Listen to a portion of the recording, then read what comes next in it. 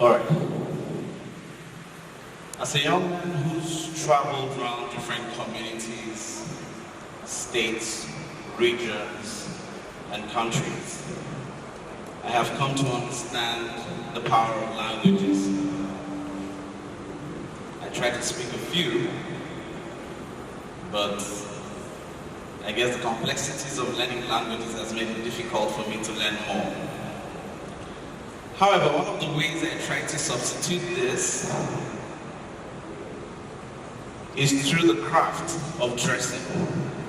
Every one of us here will understand that one thing language does for you is that it grants you access and opens doors for you. So many world leaders understand this when they try to visit different countries. And one of the first things they do is to request for the dressing or the attire of their host country or city. Here, I'm basically going to talk about how the world can dress like Africa.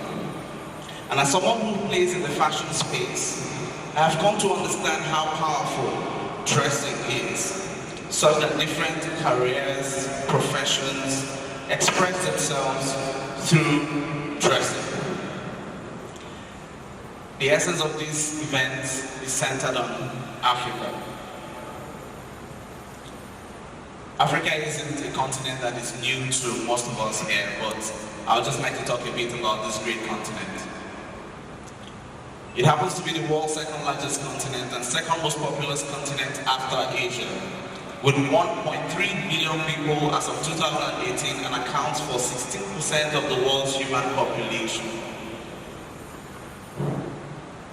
With 54 countries and over 3,000 ethnic groups, with US having 6 or 7. So if we were to talk about rating, we would say that Africa has more ethnic groups than the United States of America.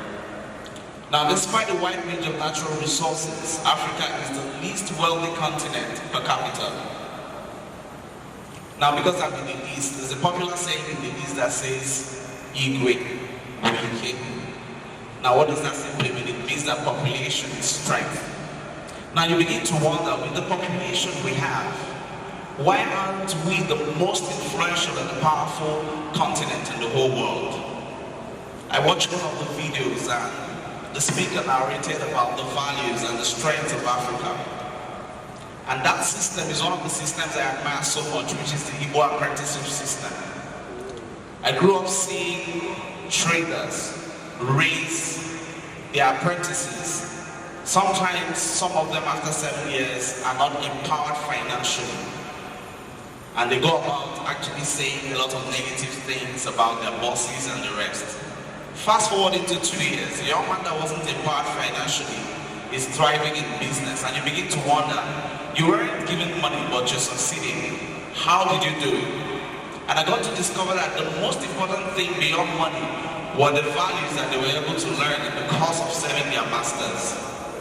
Values like resilience, values like discipline when it comes to finances, values like customer relationship, which most of them call a boss again. So the continent called Africa is empowered so much that you begin to wonder, why aren't we yet the most powerful continent in the whole world? Next slide. Basically here I'm going to talk about how we can make the world dress like Africa.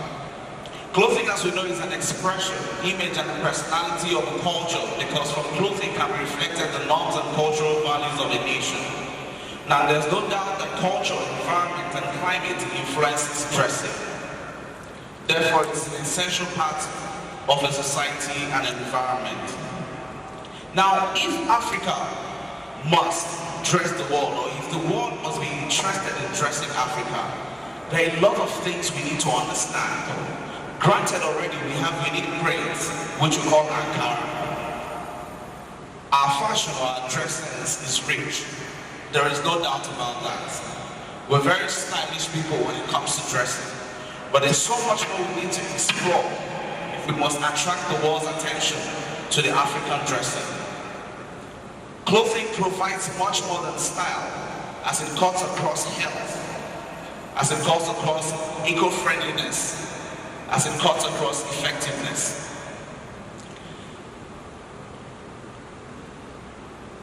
One of the things I would want to say when it comes to the world getting to dress like Africa is that we need to rise up to start telling the world about the uniqueness of our dresses.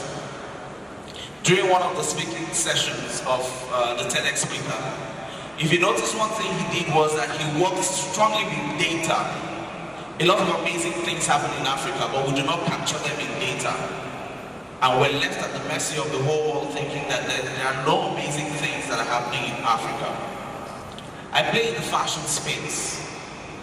I serve from the city of Port Harcourt. And today, I can tell you proudly that we've provided clothing services to Asia, America, Europe, and the Middle East. We've entered into an arm of our business that covers weddings. We've covered a lot of destination weddings. Prior to this time, I used to think that if someone ever needed a suit for their wedding, you would have to request it from the Western world. But all that is changing because the new entrepreneurs in Nigeria are creating content that are attracting the world's attention to Africa. However, it is not enough. There's so much more we need if the world must be interested in dressing like Africa. There are certain values that we need to show forth. Values like excellence. I was speaking at an event sometime last year, and I said something to the audience, and I said to them that one value that I have come to realize that breaks barriers and grants you access is excellence. Excellence, like every other language, knows no barrier. As long as you're doing something and it gets the world's attention, regardless of your location, if you exhibit or show forth the values of excellence, definitely you will be identified. If the world must dress like Africa, then our products must embody excellence. Reliability. It is important for us to know that the world may not just be interested in dressing like Africa as a one-off thing, but as long as they find our products reliable, then the world will be interested in dressing like Africa. Another critical thing is that of integrity. I travel around the world, and most time I get worried when I have to show my passport, and then I'm treated like someone who doesn't even deserve to be in the country I'm visiting. Simply because there's an impression or there's a reputation or a narrative about Nigeria or Africa. However, all that is changing today because there are young people who are trying to express themselves through their craft, showing forth integrity, having patronages from Nigerians in diaspora, having patronages from people outside Africa, and yet deliver quality services. They keep to their words, they are reliable. The Africa that we must raise, that will attract the world's attention when it comes to dressing, must be Africa that has integrity. Now, relationships. If Africa must attract the world's attention to its dressing, we must open up our arms to relationships. As entrepreneurs who play in the fashion space, it is important for us to start interacting with other players in other climates, in different continents, possibly get to show forth this kind of friendship through attending events, summits, as this is. I want to believe that a lot of us sitting here through this event are going to find one person that we can interact with and possibly broker a business deal with. If we do not expose ourselves, like Pastor Bidemi had talked about, the power of exposure, there is no way the world will know about the amazing things that is happening in Africa. The world wanting to dress like Africa goes beyond clothing. The world is interested in the values that we portray as a people. Because beyond the clothing, every other thing that is embodied in our race and culture must be shown forth to the world. We talk about the aspect of branding and visibility. One of the keys things that we enjoy today is the power of social media. It is one tool that a lot of entrepreneurs are using to access the global doors. And if the world must dress like Africa, we must, through our social media content, start giving them the narratives that attracts them to our unique patterns and culture when it comes to dressing. Another most important thing I want to talk about is our value and faith in what we do. There was a time in church my pastor said something very important that struck me. He says, what you do not value cannot bless you. A lot of us do not have faith in the product that we so wish or desire the world to be interested in. I'd like us to go out today and begin to speak positive things about Africa. Begin to speak positive things about the contents that we create and wish that the whole world will be interested in. Another important thing to talk about is the fact that